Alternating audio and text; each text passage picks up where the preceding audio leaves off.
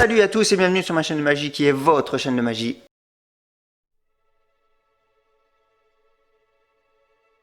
Salut à toutes et à tous, j'espère que vous allez bien. Aujourd'hui c'est des explications du tour de dimanche. Si vous n'avez pas vu la démonstration, je vous invite à cliquer sur le i qui est juste ici et après de revenir sur cette vidéo pour voir les explications. Donc les explications c'est... moi je le fais avec 2 jeux de cartes. Et je viens d'avoir une autre idée, je vais vous l'expliquer après. On va le faire avec, avec mon idée en fait, ma nouvelle idée. Vous allez demander à un spectateur de choisir un jeu de cartes. Donc là on va le faire qu'avec un seul jeu de cartes. Vous allez demander au spectateur de choisir, de prendre le jeu de cartes et de le mélanger.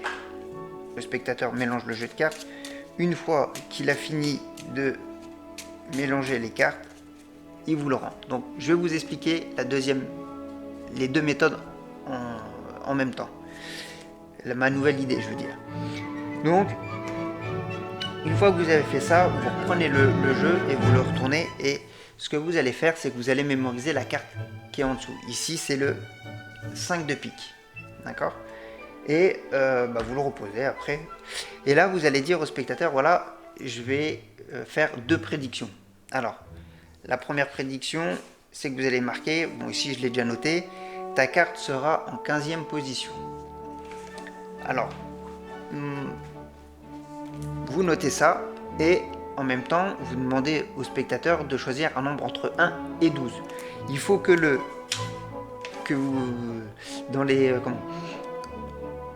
chiffre que le spectateur doit choisir doit être inférieur à 15.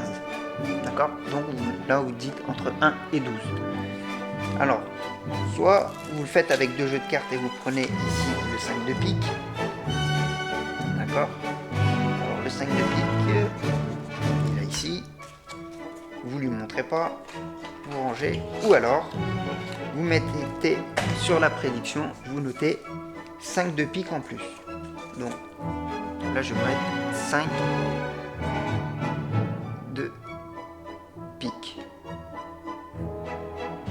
Voilà. Hop. Et ça, vous ne le montrez pas au spectateur. Donc, on va faire les deux. On va faire les deux idées que j'ai en tête là. Donc ensuite, vous demandez au spectateur s'il a bien choisi son chiffre. Donc, admettons que le spectateur ait choisi 7. Vous allez dire au spectateur, voilà, dans ta tête, si tu as choisi le nombre 7, tu prendras les 7 premières cartes qui sont au-dessus. Alors, mais tu ne feras pas comme ça. Parce que je peux entendre combien de cartes tu prends. Donc tu prendras les cartes comme ça. Comme ça, ça rassurera le spectateur. Vous donnez le jeu de cartes au spectateur et le spectateur, lui, compte le nombre de cartes qu'il prend. Admettons que le spectateur choisisse 8 cartes. Allez, alors 1, 2, 3, 4, 5, 6, 7, 8. Une fois qu'il a choisi ses cartes, il les met sous sa main, il les met dans sa poche, il les cache, il fait ce qu'il veut. Nous, il ne faut pas qu'on sache le nombre de cartes qu'il a pris. Une fois que c'est fait, vous vous retournez et là vous allez dire au spectateur, voilà, je vais faire défiler des cartes comme ça une par une et tu mémoriseras, par exemple si tu as pris 7 cartes, tu mémoriseras la 7e, mais je vais t'en montrer plus que 12. Et là, on va en montrer 14. On est obligé d'en montrer une de moins que la prédiction. Donc on va en montrer 14. Donc, lui il en a pris 8, il doit mémoriser la 8e. Donc on va faire 1, 2, 3, 4, 5, 6, 7, 8. Là le spectateur va mémoriser le 5 de trèfle. D'accord? Et nous on continue. 8, 9, 10, 11, 12, 13, 14. Et une fois qu'on arrive à 14, vu qu'on en a pris une de moins que la prédiction, en fait, la carte du spectateur va se mettre automatiquement en 15e position. Et là, vous demandez au spectateur si il a bien mémorisé sa carte. Il va vous dire oui. Donc, vous remettez les cartes en dessous et vous dites au spectateur, ramène-moi tes cartes. Je vais mettre mon paquet au-dessus de tes cartes. Donc, il vous ramène ses cartes, vous posez le paquet, vous régalisez tout et vous reprenez le tout. Et là, vous allez lui dire, ok, maintenant ce que tu vas faire, c'est que tu vas prendre un petit peu moins de la moitié du jeu, que tu vas couper et que tu vas retourner. Donc le spectateur va couper un peu moins de la moitié et va retourner le jeu. Et là, ce que vous allez faire, c'est que vous allez prendre les cartes, vous allez les imbriquer les unes dans les autres. Voilà. Alors regardez bien, ici on a le roi de cœur au-dessus.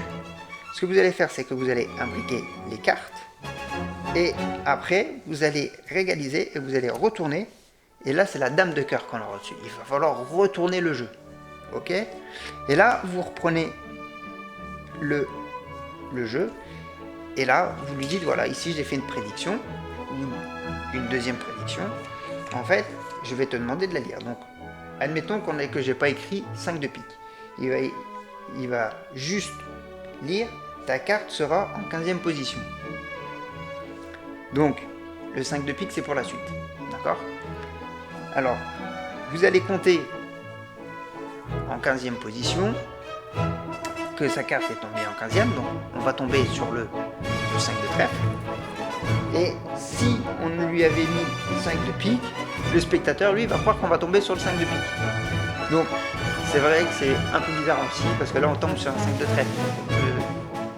Ça peut encore jouer, mais ça ne sera pas le 5 de pique. Donc, forcément, il va falloir broder quelque chose. Donc, on va dire, on va regarder en 15e position si c'est bien la carte que tu as mémorisée, ça sera peut-être le 5 de pique.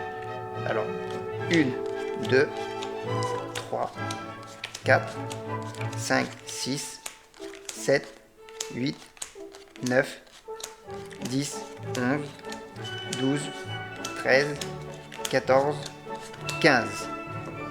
Donc là, en 15e position, on tombe sur le 5 de trèfle. Donc si on n'a pas marqué 5 de pique, ça match, sa carte est bien en 15e position. Si on a marqué le 5 de pique, il va vous dire oui mais là c'est pas le 5 de pique, c'est le 5 de trèfle. Et là vous lui dites non, en fait le 5 de pique c'est notre prédiction. Je fais une deuxième prédiction. Donc ça en fait on n'en a plus besoin, vous laissez ça sur le côté. Il fait le 5 de pique, je pense que il sera... tu as pris combien de cartes? Et là il va vous dire 8 cartes. Et bien là vous pouvez lui dire que le 5 de pique sera en 8e position. Si vous ne l'avez pas marqué, vous lui montrez la carte et on est sur le 5 de pique. Donc vous allez compter, donc vous allez faire 1, 2, 3, 4, 5, 6, 7 et 8. Et là on tombe bien sur le 5 de pique. Et là on est bien sur le 5 de pique aussi. Et si on ne l'avait pas écrit puis on a montré la carte rouge, on est bien sur le 5 de pique aussi. Et là le spectateur est bluffé.